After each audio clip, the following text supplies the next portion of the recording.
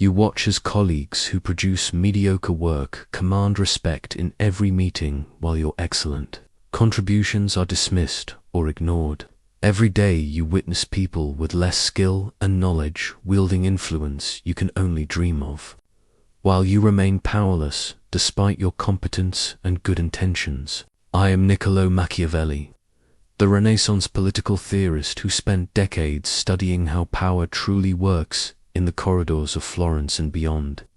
Through my observations of princes, nobles, and common people alike, I discovered that respect and fear are not earned through kindness alone, but through the strategic application of specific principles that most people never understand. What I learned about commanding respect and inspiring the right kind of fear will transform how others perceive and treat you. Using the same methods that have guided rulers and leaders for over 500 years, these principles work whether you're navigating office politics or leading nations. But first, like this video, subscribe for more timeless wisdom, and comment below where you're watching from. I want to know which corner of the world is ready for transformation. Let me take you back to the moment that changed everything I understood about power and respect. It was November 1512, and I held the letter that would shatter my world, my dismissal from the Florentine government. Just like that, 14 years of dedicated service meant nothing. The Medici had returned to power, and men like me, who had served the Republic, were no longer welcome. I remember staring at that parchment, feeling the weight of my sudden irrelevance. The same colleagues who had sought my counsel just days before now avoided my gaze in the streets. The respect I thought I had earned through competence and dedication evaporated faster than morning mist. It was a brutal education in the nature of power.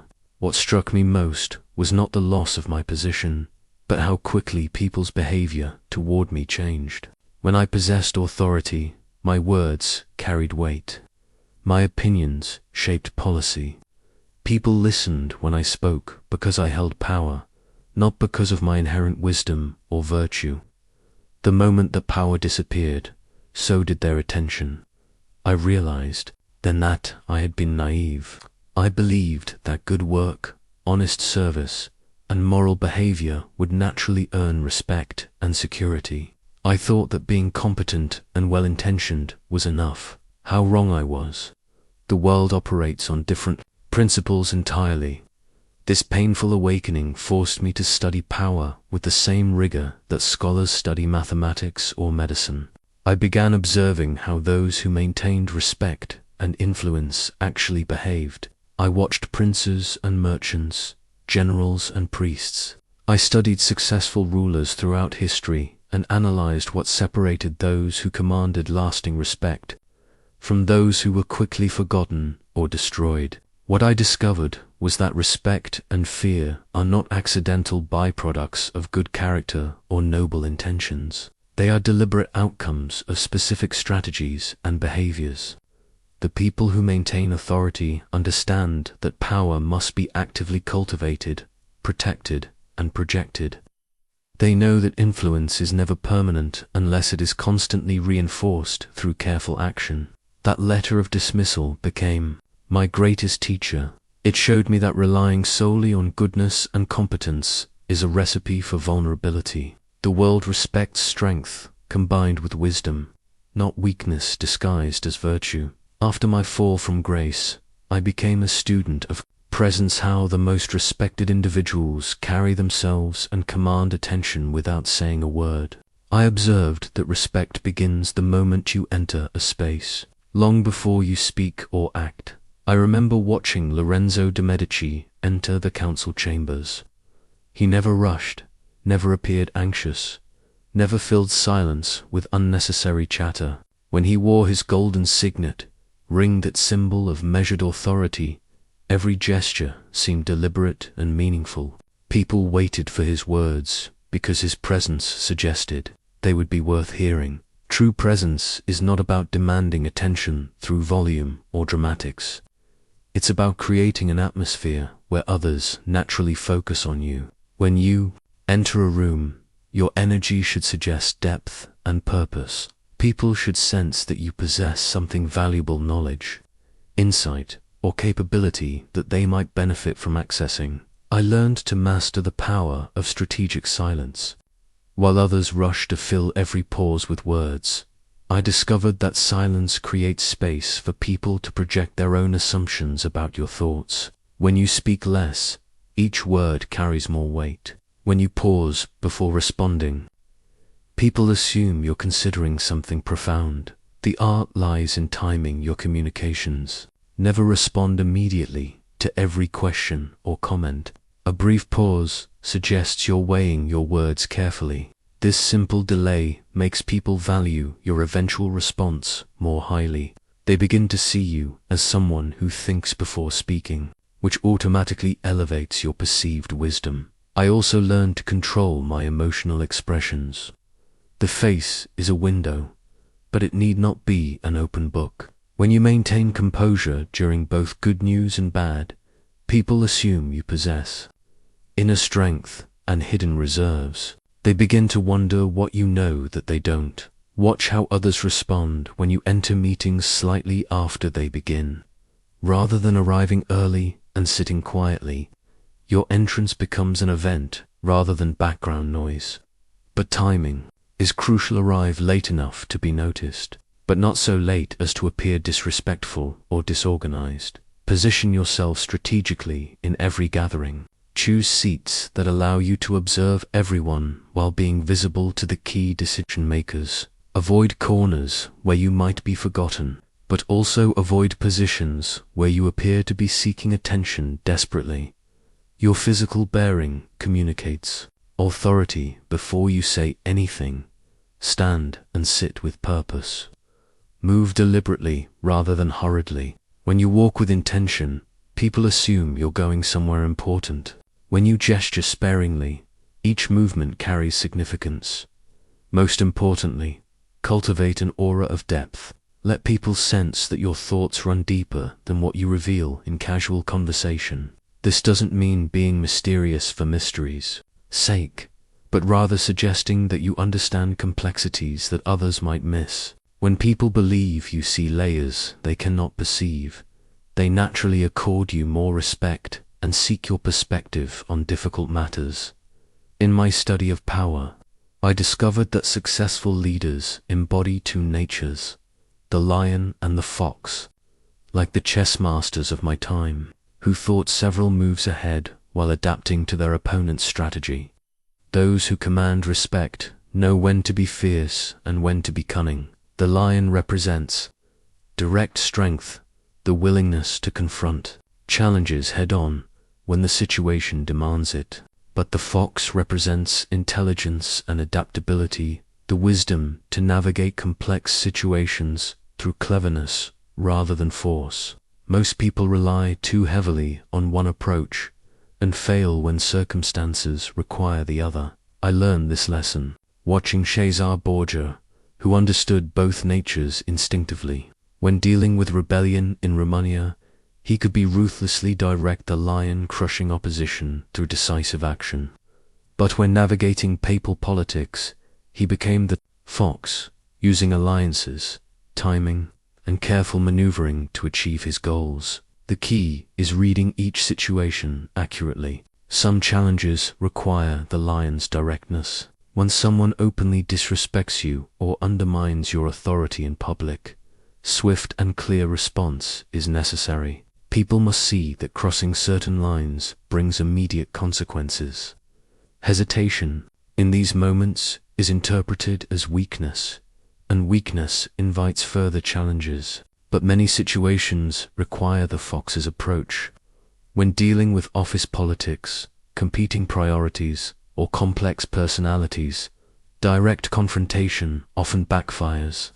Instead, you must navigate carefully, building alliances, gathering information, and positioning yourself strategically before making your move. The fox understands that timing is everything.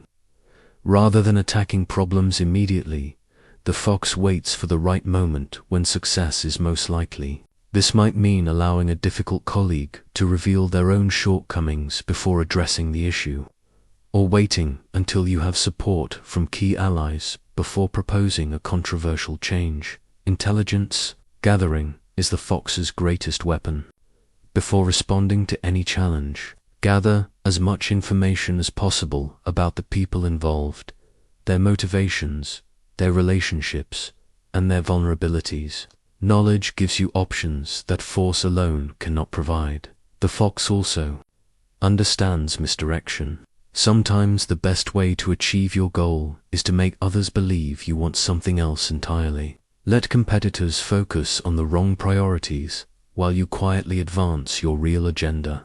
When people misunderstand your intentions, they cannot effectively oppose your plans. However, never rely solely on cunning. People must know that beneath your intelligence lies genuine strength. They should understand that while you prefer clever solutions, you're capable of direct action when necessary.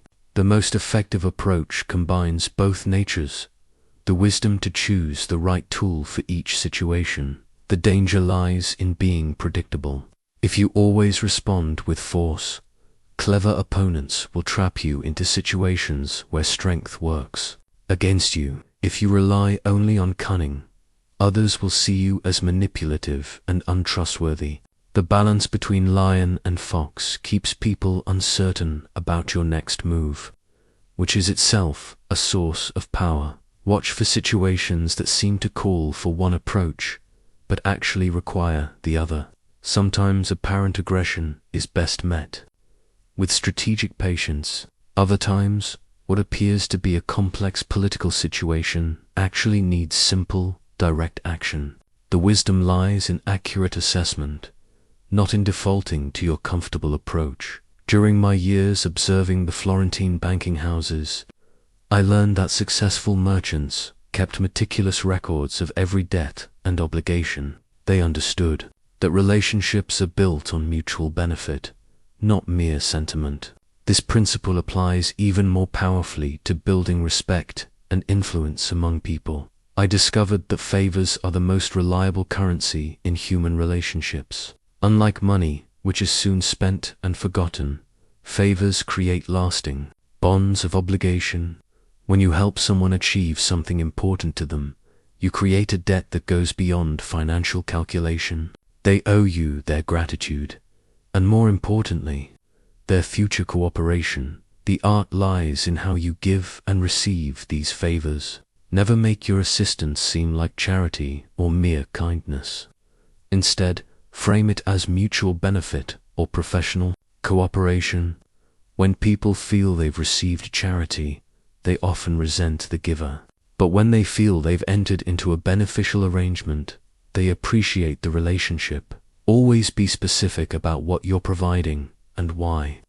Rather than saying, "I'm happy to help," say, "I can connect you with the right person because this project aligns with my interests as well." This approach makes your assistance feel strategic rather than emotional, which increases its perceived value. Timing your favors strategically multiplies their impact. Help people when they're struggling with important challenges, not when everything is going smoothly. A favor during someone's moment of need creates a much stronger bond than the same assistance offered during good times.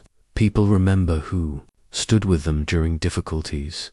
Keep mental records of what you've done for others, but never make these debts explicit in casual conversation. The power of favors lies partly in their unspoken nature. When people feel obligated to you but can't quite articulate why, your influence becomes part of the natural order rather than an obvious manipulation. However, never allow others to take your generosity for granted. If someone repeatedly accepts your help without reciprocating or even acknowledging the value you provide, address this directly. Set boundaries by saying something like, "I've been glad to help with several projects, and I hope we can find ways to work together that benefit both of us." Be strategic about who receives your favors. Focus on people who have influence, who honor their obligations, and who will be in positions to help you in the future. Helping everyone equally dilutes your impact and fails to build the strong relationships that matter most for your goals. Learn to ask for favors effectively as well. When you need assistance, remind people subtly of what you've done for them, but don't make it feel like a transaction. Say something like, "Given our successful collaboration on the previous project, I'm hoping you might have insights about this new challenge." The most powerful favor you can offer is access to information, opportunities, or important people. When you become known as someone who can open doors or provide valuable connections, people naturally want to maintain good relationships with you. Your network becomes your greatest asset. Create situations where helping you also benefits the other person's reputation or goals. The best favors are those where both parties gain something valuable. This approach builds genuine partnerships rather than one-sided obligations, creating stronger and more sustainable relationships that enhance your authority and influence over time. I learned the importance of indispensability by watching master craftsmen in Florence. Each possessed skills that took years to develop and knowledge that couldn't easily be replaced. Their tools were extensions of their expertise, and their workshops were centers of specialized knowledge that others needed but couldn't replicate. Quickly, the lesson was clear. Respect flows naturally to those who control something others need but cannot easily obtain elsewhere. When you become the solution to important problems, people treat you differently. They listen more carefully, consider your opinions more seriously, and work harder to maintain good relationships with you. The key is identifying what unique value you can provide that others cannot. This might be specialized knowledge, particular skills, important relationships, or simply a combination of capabilities that creates a rare perspective. The goal is not to hoard information selfishly, but to develop genuine expertise that makes you genuinely valuable. I observed that the most secure positions came not from having one irreplaceable skill, but from combining multiple capabilities in ways that created unique value. A craftsman who understood both the technical aspects of his trade and the business relationships necessary to market. His work became far more valuable than someone with only technical skills. Focus on solving problems that others find difficult or time-consuming. When you become known as someone who can handle complex challenges efficiently, people naturally turn to you when such situations arise. Your reputation for handling difficult tasks becomes a source of ongoing influence. However, true indispensability requires more than just competence. You must also make your value visible and understood. Many capable people remain overlooked because they fail to communicate the importance of what they do. Document your contributions, share your successes strategically, and help others understand the complexity of your work. Create systems and processes that run through your involvement. When important workflows depend on your input or approval, you become integral to ongoing operations. But be careful not to create artificial bottlenecks that frustrate others. Focus on adding genuine value at key decision points. The most elegant approach is to make yourself indispensable by making others more successful.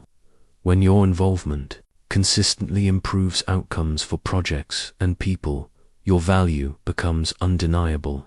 Teams work better with your participation, decisions improve with your input, and problems resolve more efficiently with your involvement.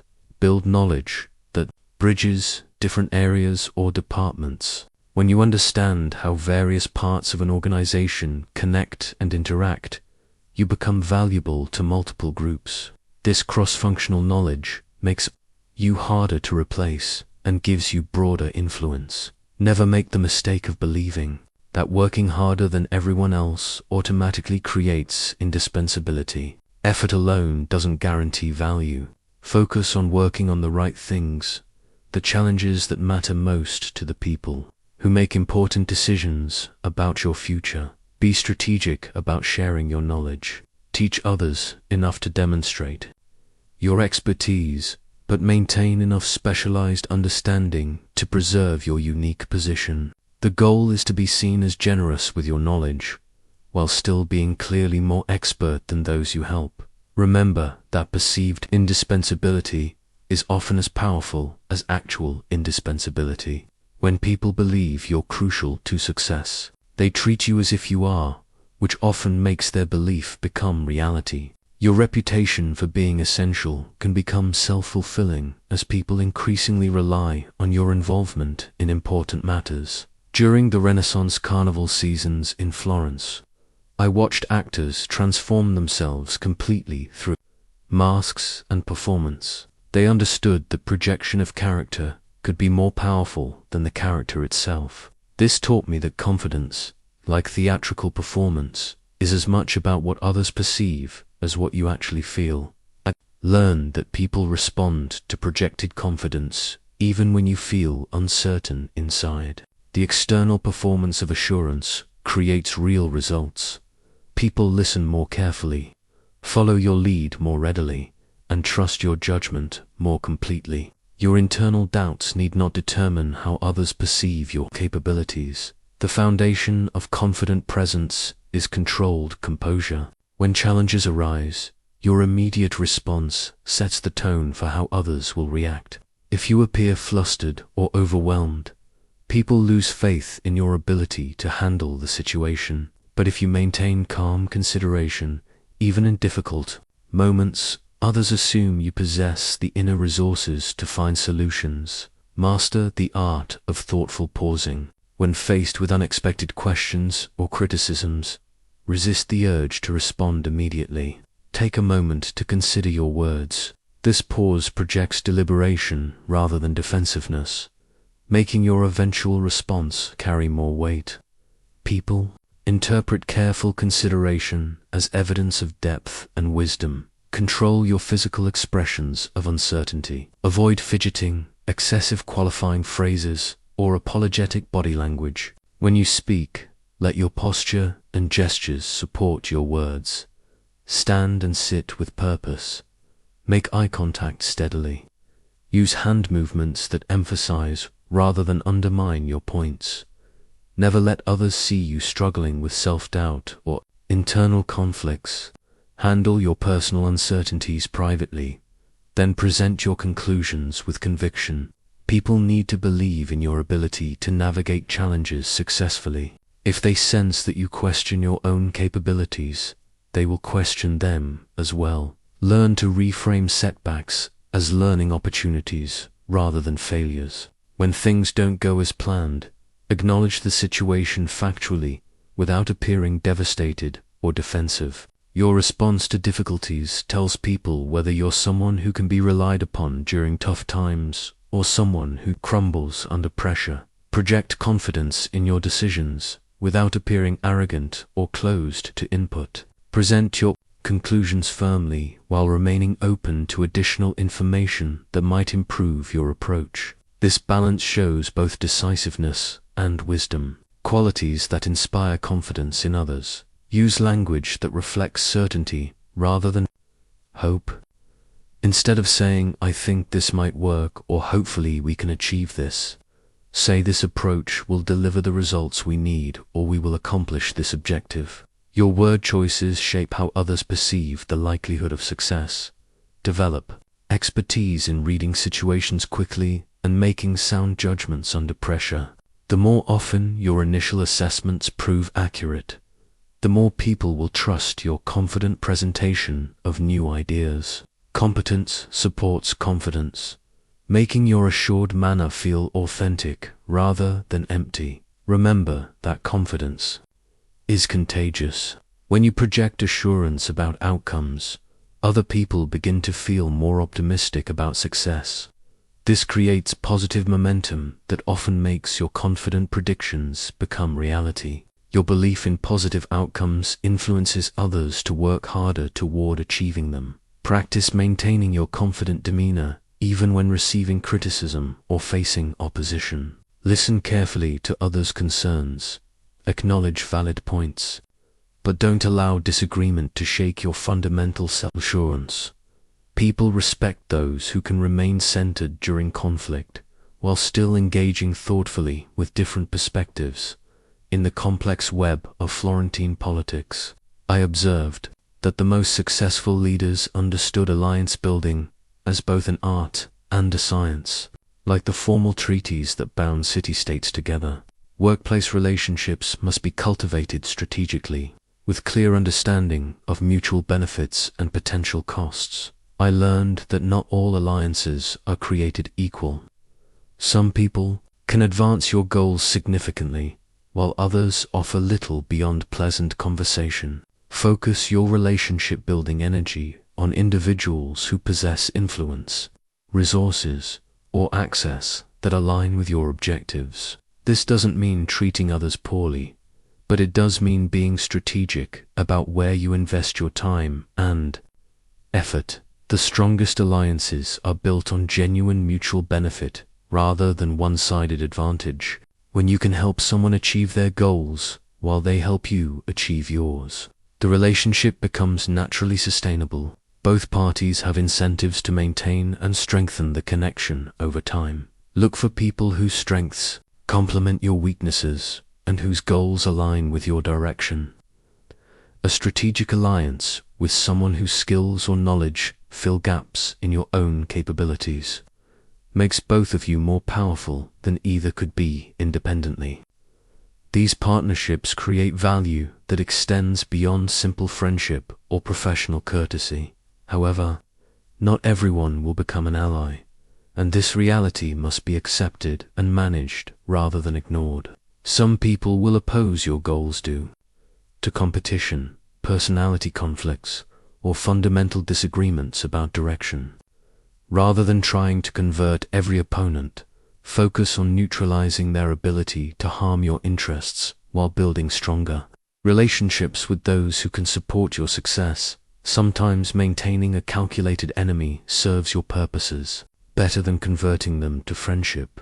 Opponents can motivate your supporters to rally around your leadership. Provide contrast that makes your approach appear more reasonable, and offer opportunities to demonstrate your strength when they overreach in their opposition. The key is ensuring that your conflicts remain professional rather than personal. Engage with opponents respectfully. Respond to their legitimate concerns thoughtfully, but don't allow their resistance to derail your forward progress. People respect leaders who can work effectively even with those who disagree with them. Build your alliance network gradually and authentically. Rushed relationship building appears opportunistic and makes people suspicious of your motives. Instead, look for natural opportunities to collaborate, share resources, or support others' initiatives. Let relationships develop over time through demonstrated reliability and mutual benefit. Maintain your alliances through consistent communication and occasional assistance. Don't wait until you need help to reach out to your network. Regular check-ins, sharing of useful information, and offers of support during others' challenges all strengthen your relationships before you need to draw upon them. Be selective about which battles you fight and which opponents you engage directly. Every conflict costs time and energy that could be invested in positive relationship building or goal advancement. Choose your confrontations carefully, focusing on situations where the stakes justify the effort and where you have reasonable chances of favorable outcomes. Remember that today's opponent might become tomorrow's ally as circumstances change. Avoid burning bridges unnecessarily, even with people who currently oppose your goals. Professional disagreement need not become personal animosity. Maintaining respect, even during conflict, preserves future possibilities for cooperation when interests align differently. Document your relationships and their dynamics. Understanding who influences whom, who owes favors to whom, and how different personalities interact gives you strategic advantages in navigating complex situations. This knowledge helps you approach people effectively and avoid stepping into existing tensions unknowingly. Just as Renaissance astronomers used celestial calendars to determine the most auspicious moments for important decisions. I learned that successful power moves depend more on timing than on strength alone. The same action that fails miserably when attempted at the wrong moment can succeed brilliantly when the circumstances align properly. I discovered this principle while observing how successful merchants chose when to enter new markets. They didn't simply identify opportunities and rush forward immediately. Instead, they waited for the convergence of favorable conditions, available resources, weakened competition, receptive customers, and supportive relationships. When these elements aligned, their moves appeared effortless and inevitable. The first element of strategic timing is reading the overall climate accurately. Every organization and social group has rhythms and cycles that create windows of opportunity and periods of resistance. Major changes are more readily accepted during transitions, crises, or periods of growth than during stable, comfortable times when people prefer maintaining the status quo. Learn to recognize when people are most receptive to new ideas or approaches. This often occurs immediately after problems have become obvious, when current methods have clearly failed, or when leadership changes create opportunities for fresh thinking.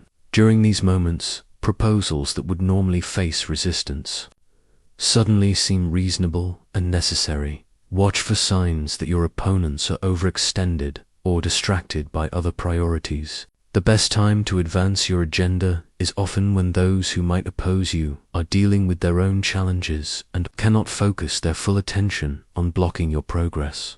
Their temporary weakness becomes your strategic opportunity. Patience is perhaps the most difficult but crucial aspect of timing. When you identify a goal or see an opportunity, the natural impulse is to act immediately. But premature action often fails and makes subsequent attempts more difficult. Sometimes the wisest strategy is to prepare thoroughly while waiting for conditions to become more favorable. However, patience must be balanced with decisiveness. Some opportunities have limited windows that close quickly. The skill lies in distinguishing between situations that require immediate action and those that benefit from strategic delay. This judgment improves with experience and careful observation of how different scenarios typically develop. Build your capability while waiting for the right moment. Use periods of preparation to strengthen your skills, expand your network, gather resources, and refine your strategy. When the optimal timing arrives, you'll be ready to move quickly and effectively rather than scrambling to catch up. Create momentum gradually rather than seeking dramatic breakthroughs. Small, well-timed advances often prove more sustainable than bold moves that generate resistance or backlash. People adapt more readily to incremental change, making each subsequent step feel natural and acceptable. Sometimes you can influence timing rather than simply waiting for it. By creating urgency around certain issues, highlighting emerging problems, or connecting your proposals to current priorities, you can make the present moment feel like the right time for your initiative. Pay attention to personal timing as well as organizational timing. People's individual circumstances, their workload, stress levels, recent successes or failures, and personal priorities affect how receptive they'll be to your ideas. Approach key individuals when they're most likely to be open to what you're proposing. Learn from failed timing as much as from successful timing. When initiatives don't succeed as planned, analyze whether the timing was wrong rather than assuming the idea itself was flawed. Understanding why certain moments weren't right for specific actions helps you identify better opportunities in the future. Remember that perfect timing is rare, and waiting for ideal conditions can become an excuse for never acting at all. The goal is to improve your odds significantly, not to eliminate all risk. Sometimes good timing combined with strong preparation is sufficient for success, even when conditions aren't perfect.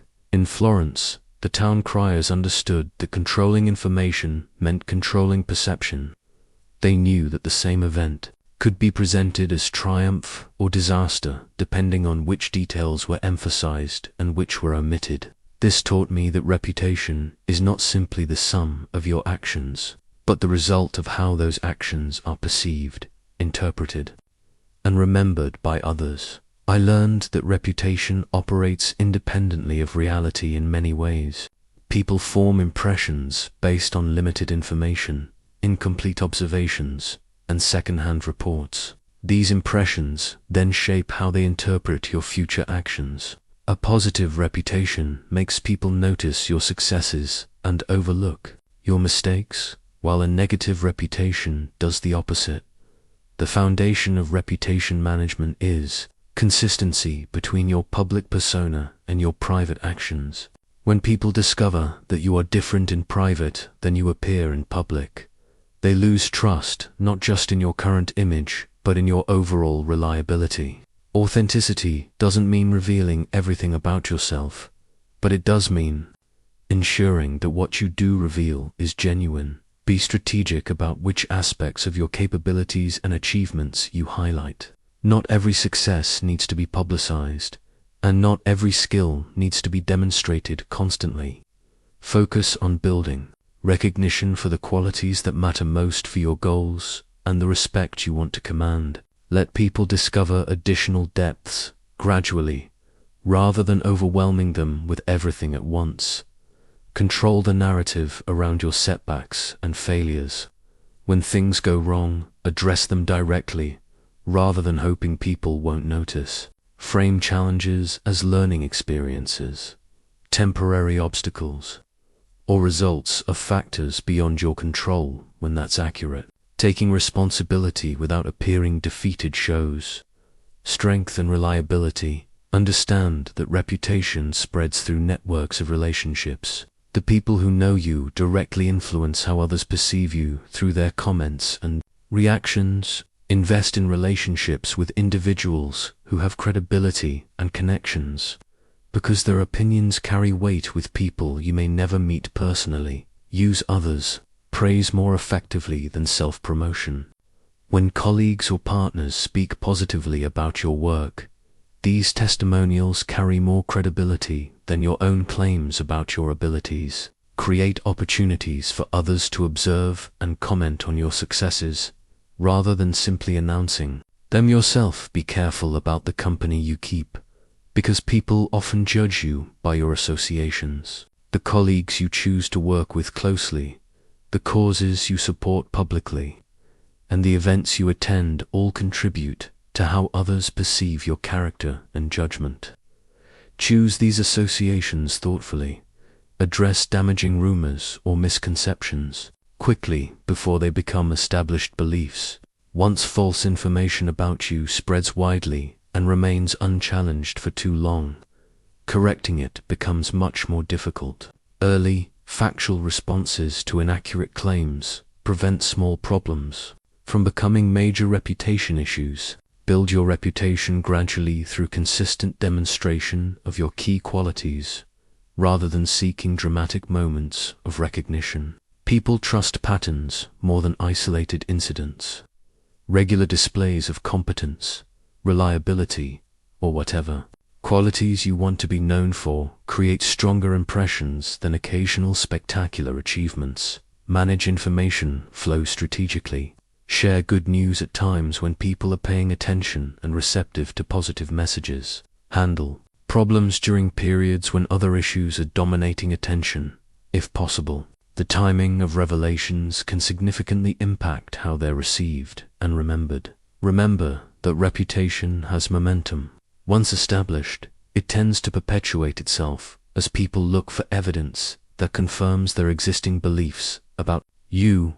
This means that early investment in building a positive reputation pays dividends over time, but it also means that reputation damage can have lasting effects that require sustained effort to repair. Document your achievements and contributions in ways that can be referenced later. Keep records of successful projects, positive feedback, and significant accomplishments. When opportunities arise to demonstrate your track record, you'll have concrete evidence readily available rather than relying on people's imperfect memories of your past performance. During my exile, I pondered deeply the question that has plagued leaders throughout history. Is it better to be loved or feared?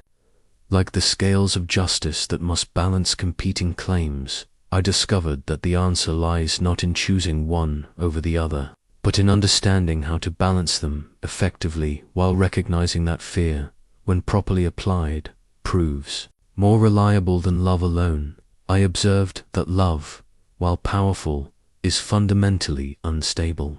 People's affections change based on their immediate circumstances, personal needs, and emotional states. The colleague who loves you today may turn against you tomorrow if their interests shift or if someone else offers them greater benefits. Love is conditional, even when people believe it to be permanent. Fear, however, operates differently. I don't mean the fear that comes from cruelty or unpredictability, which breeds hatred and eventual rebellion. Instead, I mean the respectful fear that comes from knowing someone possesses the power and will to enforce consequences for unacceptable behavior.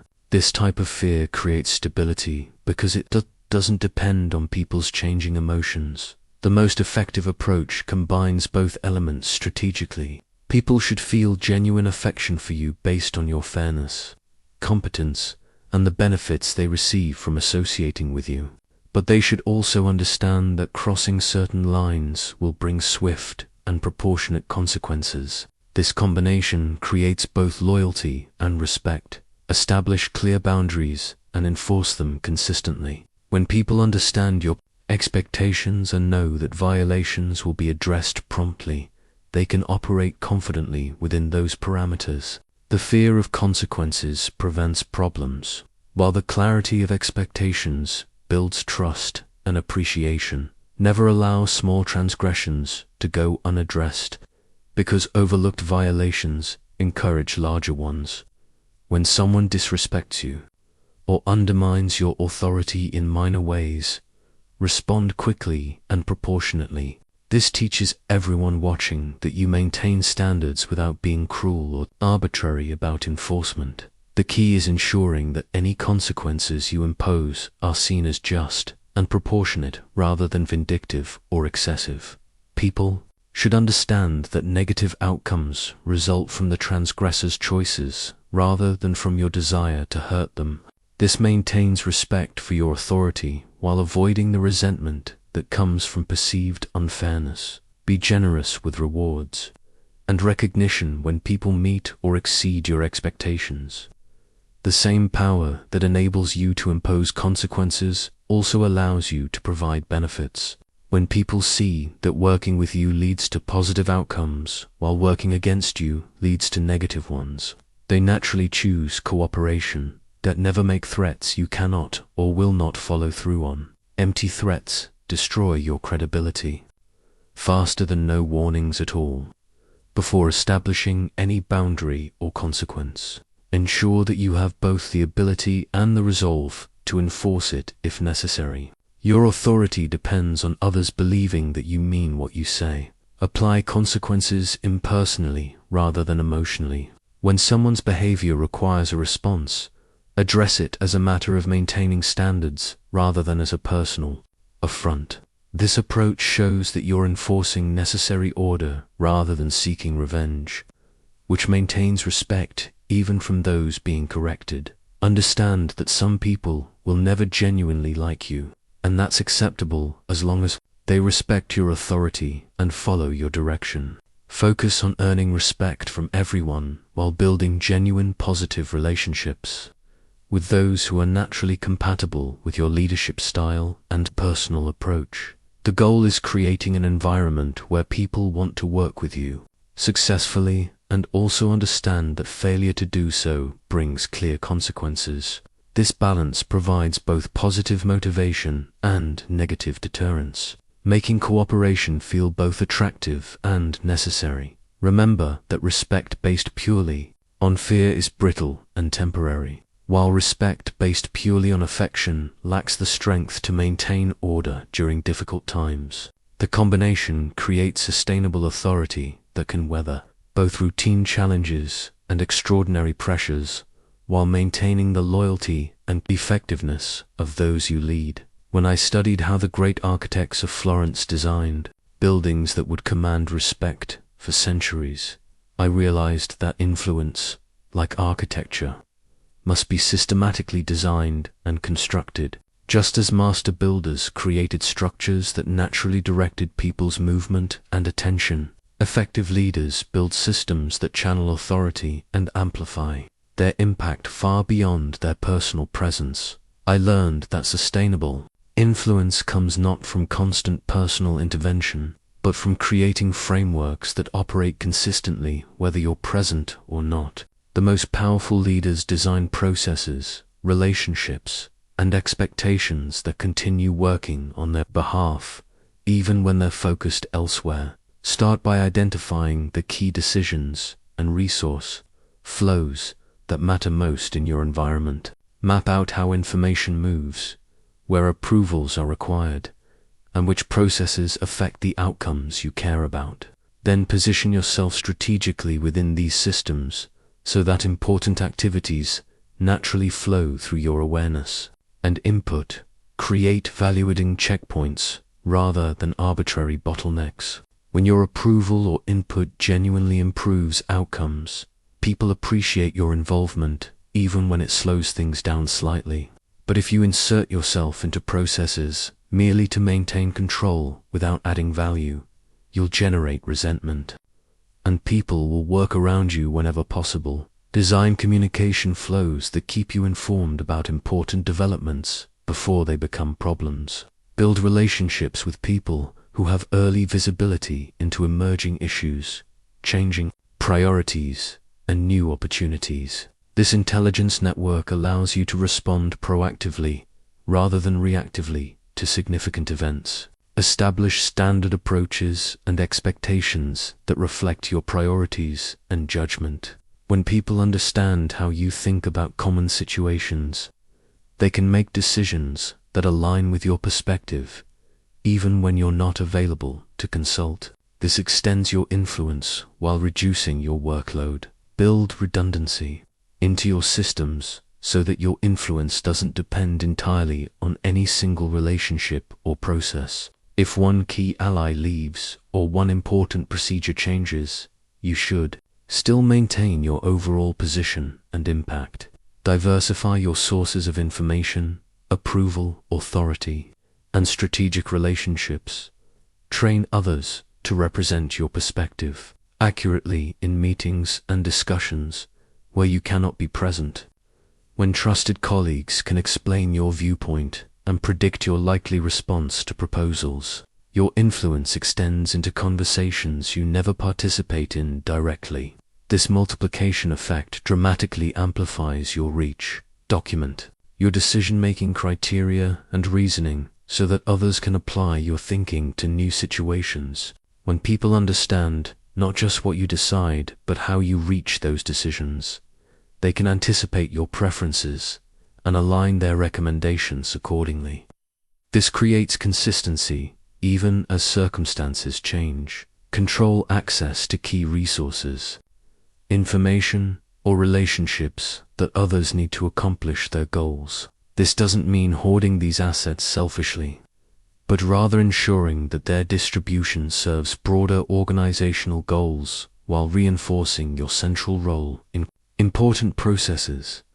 Position yourself as the natural bridge between different groups, departments, or levels of hierarchy. When you become the primary connection point between areas that need to coordinate, people automatically include you in planning and decision-making discussions. Your perspective becomes essential because you understand multiple viewpoints and interests. Create regular forums, meetings, reports, or communication channels that people depend on for important information or coordination.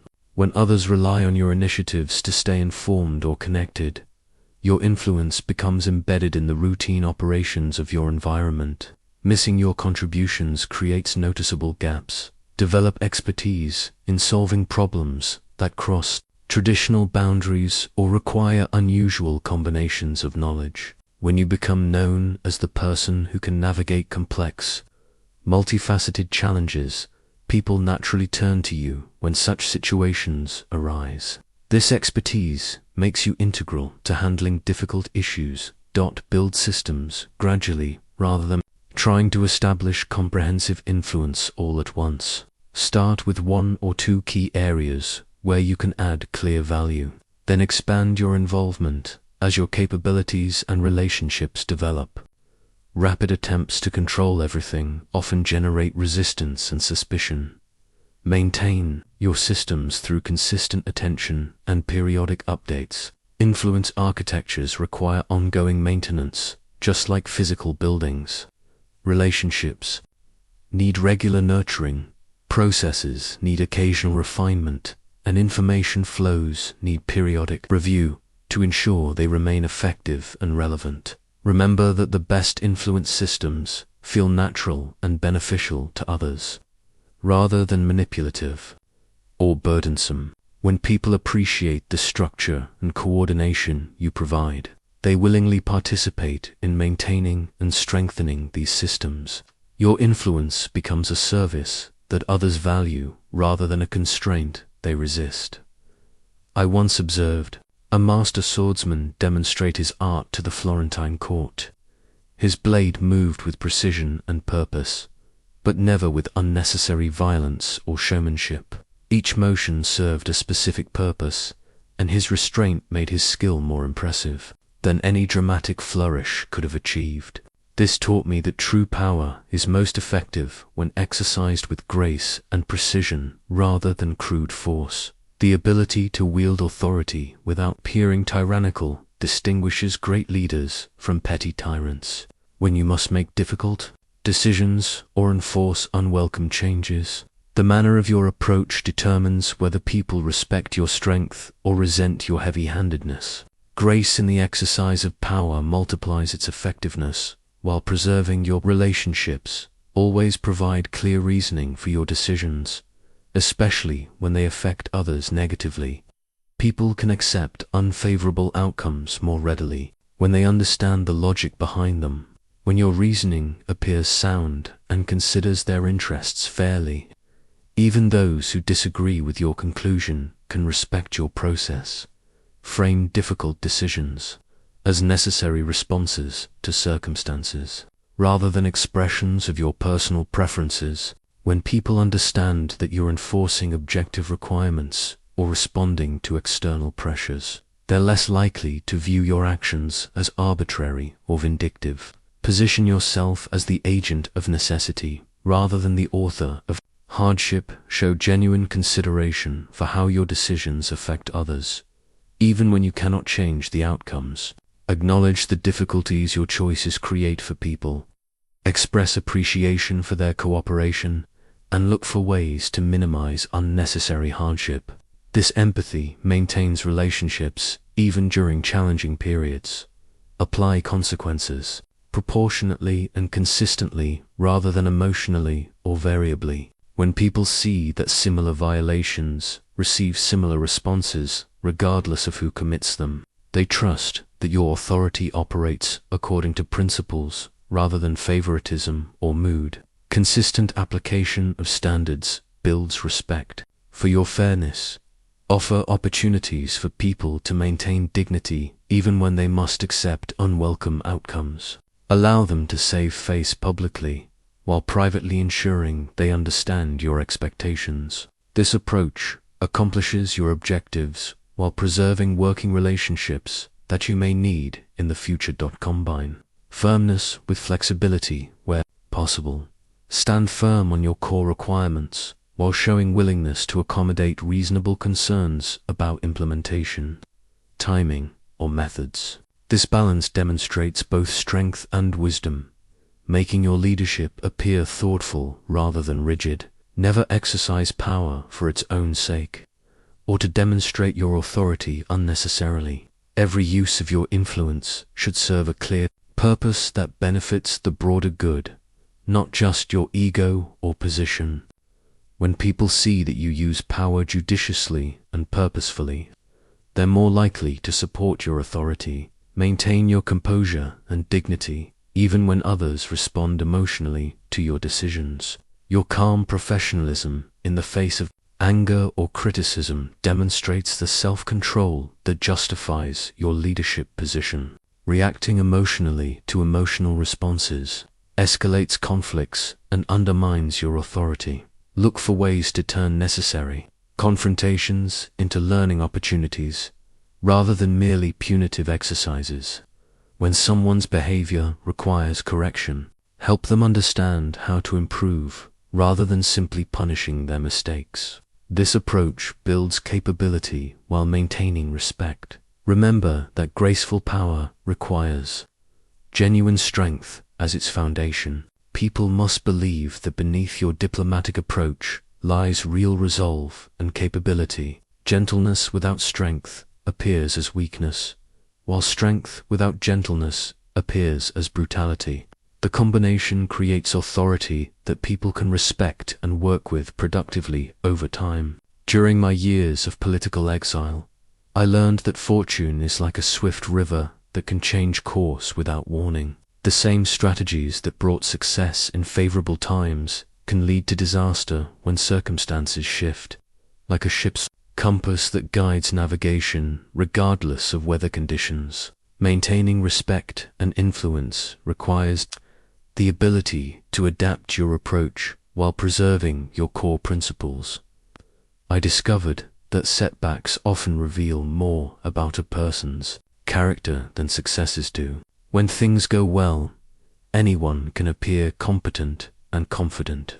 But when faced with unexpected challenges, failures, or changes in circumstances, your response demonstrates whether you possess the inner strength and flexibility necessary for long-term leadership. The first principle of adaptation is accepting reality quickly rather than wasting energy on denial or blame. When situations change against your favor, acknowledge the new circumstances honestly and begin planning your response.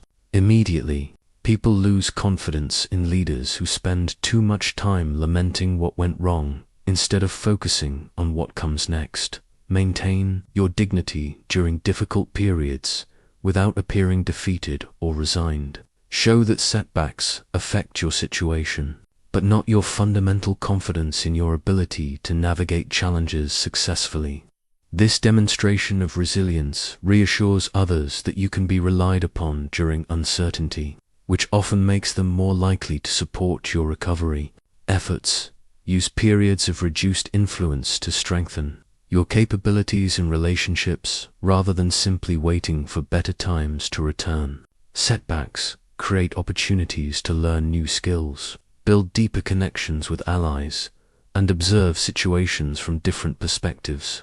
These investments often prove valuable when your circumstances improve again. Communicate with transparency about challenges while maintaining optimism about solutions. People respect leaders who acknowledge problems honestly but also demonstrate clear thinking about how to address them.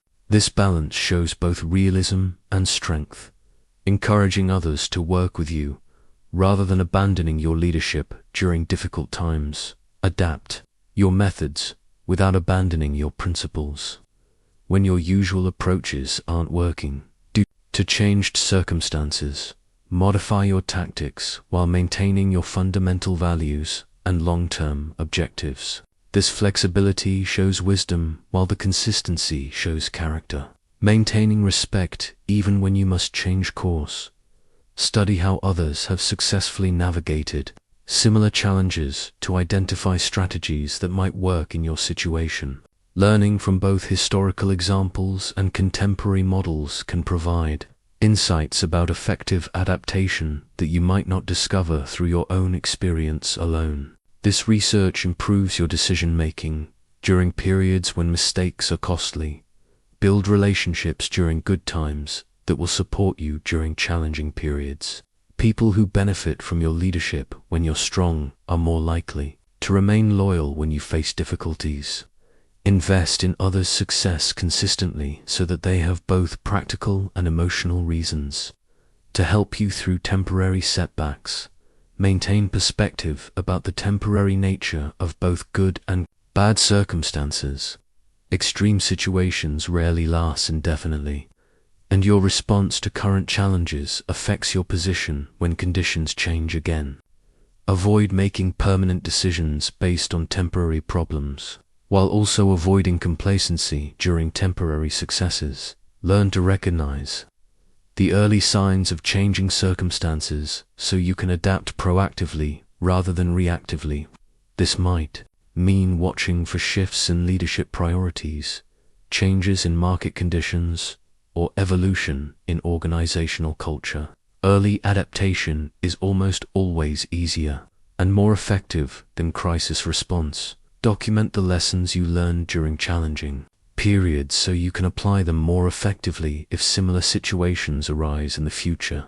Your experience navigating difficulties becomes valuable knowledge that can help you respond more quickly and confidently when fortune shifts against you again. This learning transforms setbacks into investments in your long-term leadership capability.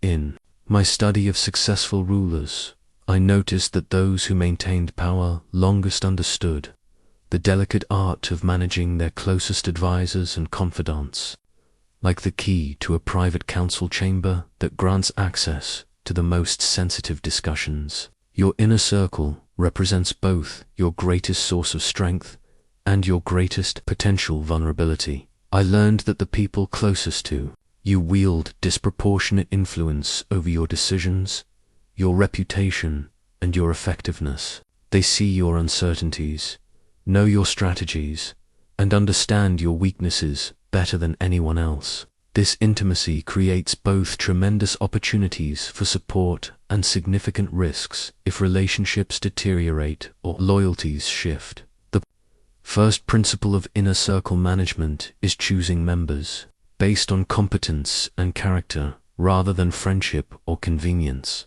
Your closest advisors should be people who can genuinely help you achieve your goals, not simply those who make you feel comfortable or tell you what you want to hear.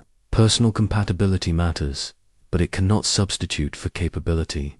Seek advisors whose strengths complement your own weaknesses and who bring different perspectives to your decision-making process.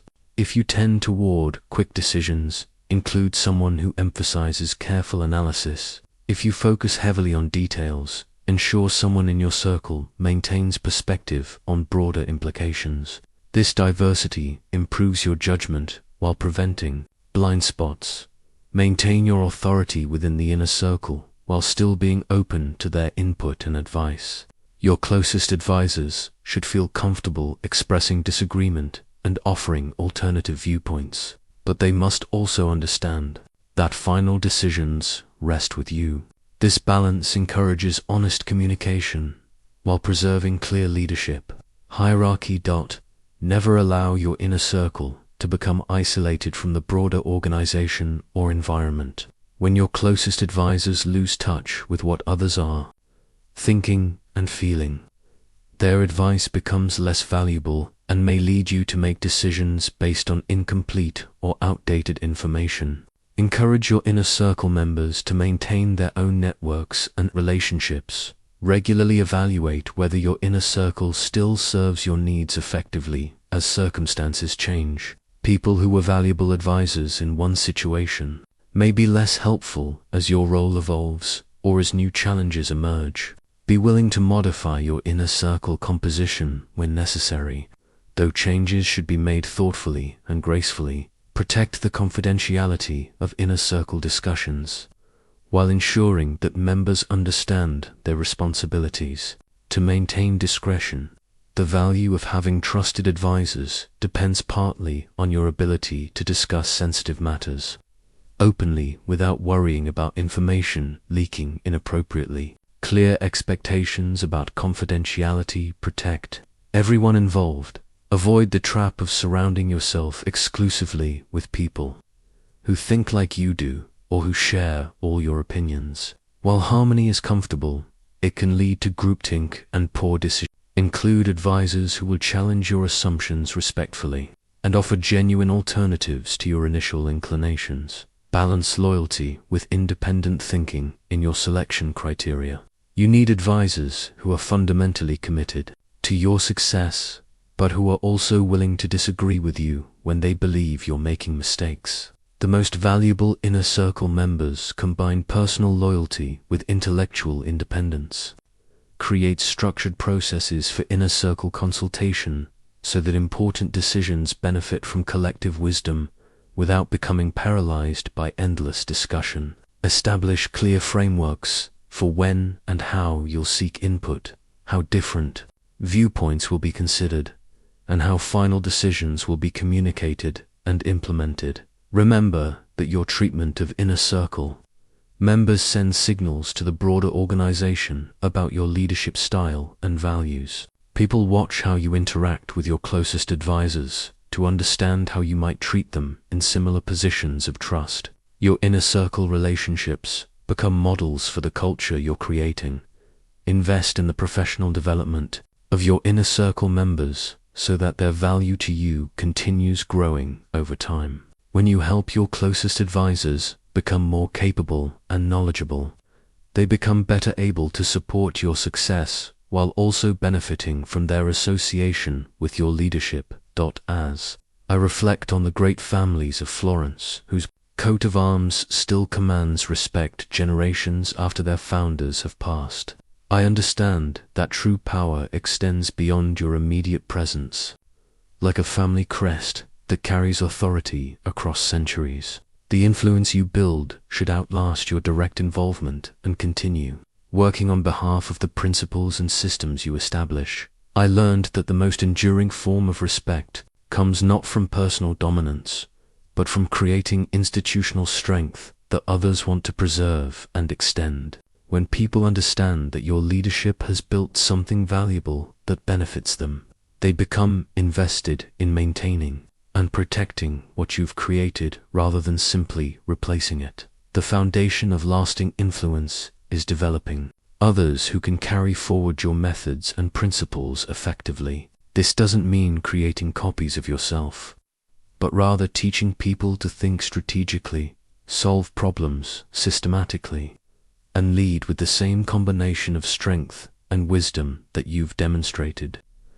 Your ideas become more powerful when they multiply through other capable leaders. Document your decision-making processes and the reasoning behind your key strategies so that others can understand not just what you did, but why you did it. This knowledge enables future leaders to apply your principles to new situations rather than simply following outdated procedures. Flexibility within consistent principles creates sustainable systems. Build institutional capabilities that operate independently of any single person, including yourself. When important functions depend entirely on your personal involvement, they become vulnerable whenever you're unavailable or when circumstances require your attention elsewhere. Strong institutions amplify individual leadership rather than replacing it. Identify and develop potential successors gradually rather than waiting until transition becomes necessary. Give promising individuals opportunities to demonstrate their capabilities in progressively more challenging situations. This development process benefits them while also giving you better information about who can effectively continue your work. Create decision-making frameworks and cultural norms that reflect your values and approach to leadership. When these become established parts of how things are done, they continue influencing behavior and outcomes even when you're not present to provide direct guidance. Culture often proves more durable than formal rules or procedures. Establish your reputation for principled leadership that people will want to associate with and continue even after you're gone.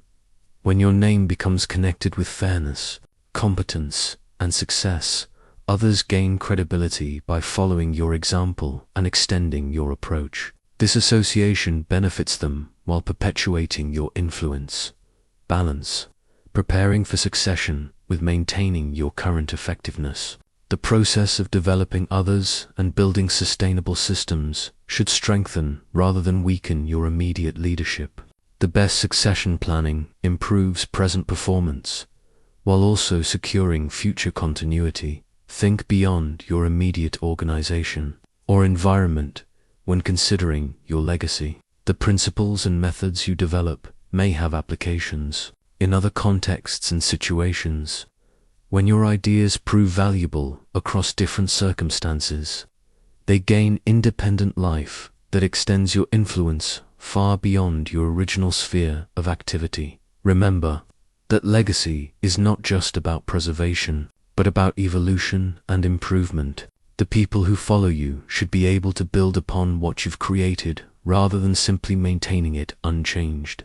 Your foundation should enable others to achieve even greater success than you accomplished personally. Focus on creating value that others will want to protect and extend rather than building monuments to your own achievement. When people understand that maintaining your systems and approaches benefits them directly, they become natural guardians of your legacy rather than seeking to replace it with their own alternatives.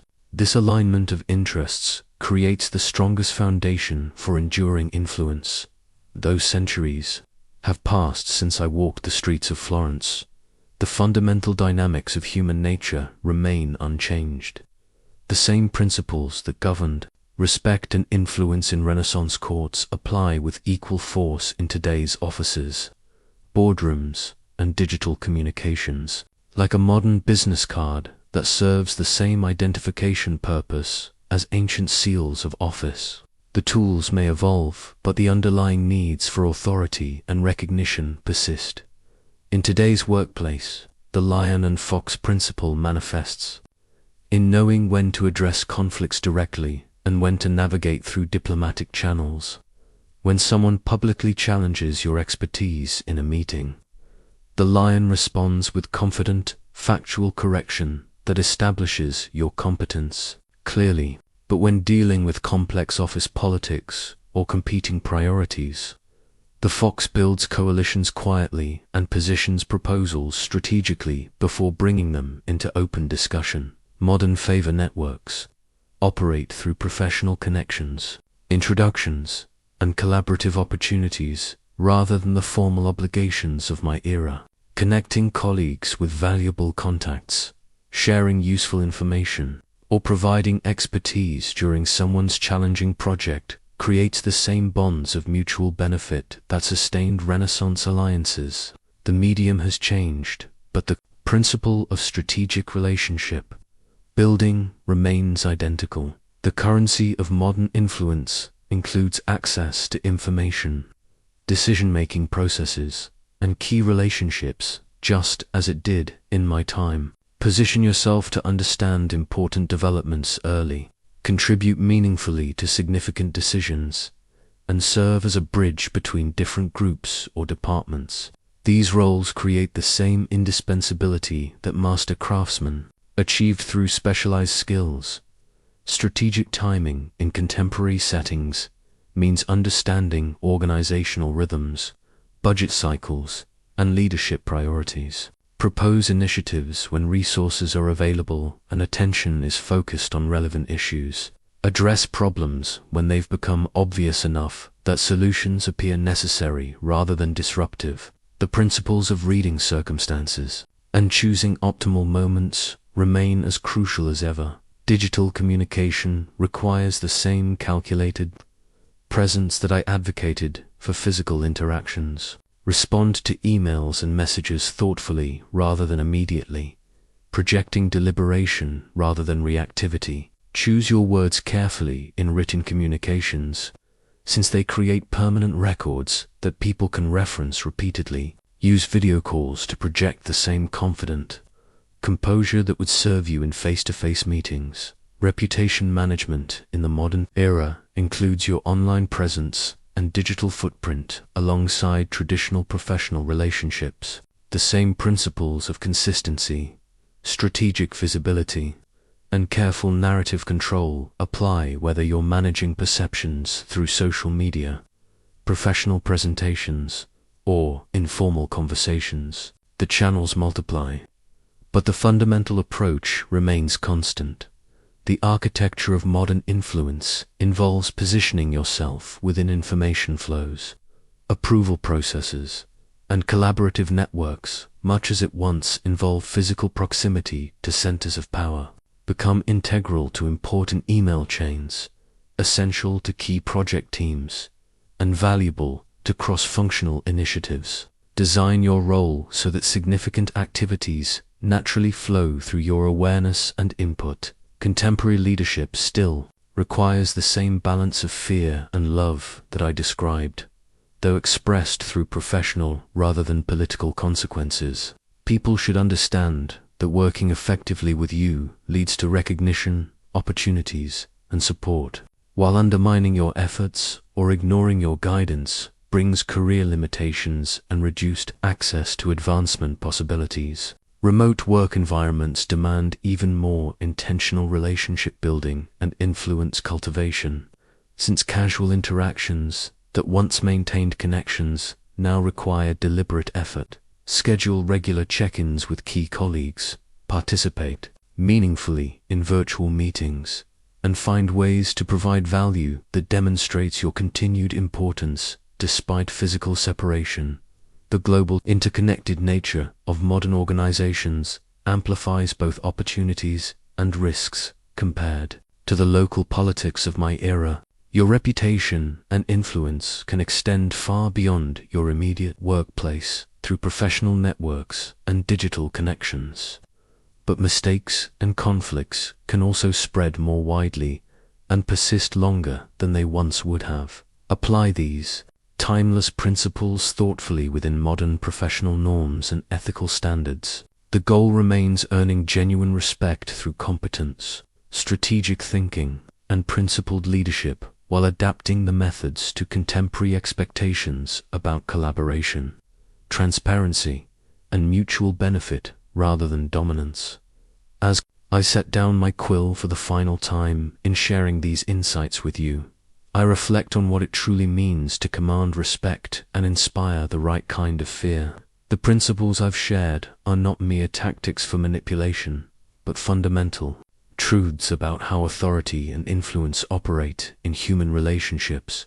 They are tools that can be used for noble purposes or ignoble ones. The choice lies with you. My greatest hope is that you will use this knowledge to build rather than to destroy, to create value rather than to extract it selfishly, and to lead others toward achievement rather than merely dominating them for your own benefit. True power serves purposes greater than itself, and lasting respect comes from helping others succeed while advancing worthy goals. The world needs leaders who understand how influence actually works, but who apply that understanding ethically and constructively. Too many people remain powerless, not because they lack good intentions, but because they fail to grasp the realities of human nature and organizational dynamics. Knowledge of these principles should make you more effective at serving others, not more skilled at exploiting them. Remember that respect earned through competence, strategic thinking, and principled action proves more durable than respect gained through fear alone. While you must be prepared to enforce boundaries and impose consequences when necessary, your primary focus should be on creating value, solving problems, and enabling others to achieve their goals through association with your leadership. The fear that serves you best is not the terror of a tyrant, but the respectful wariness that people feel toward someone they know possesses real capability and resolve. When others understand that you can and will act decisively when circumstances require it, they treat you with the seriousness that effective leadership demands. These principles transcend any particular era or culture because they address the unchanging aspects of human psychology and social dynamics. Whether you lead in Renaissance Florence or modern boardrooms, people respond to strength combined with wisdom, consistency balanced with flexibility, and authority exercised with grace rather than brutality. Use what I've taught you to become the kind of leader that others willingly follow because they trust your judgment, respect your capabilities, and benefit from your success. Build influence that enables you to accomplish meaningful goals, rather than simply to demonstrate your power over others. The ultimate measure of your leadership will be whether the systems you create, the people you develop, and the principles you establish continue creating value long after your direct involvement ends. This is how you achieve true immortality, not through monuments to yourself, but through positive changes that outlast your personal presence. Take these lessons forward with wisdom, apply them with integrity, and remember that the greatest leaders are those who use their understanding of power to serve purposes larger than themselves. The world awaits your contribution to its improvement. Now go forth and command the respect you deserve through the excellence you demonstrate, the value you create, and the principled strength you bring to every challenge you face. Your time for greatness begins today.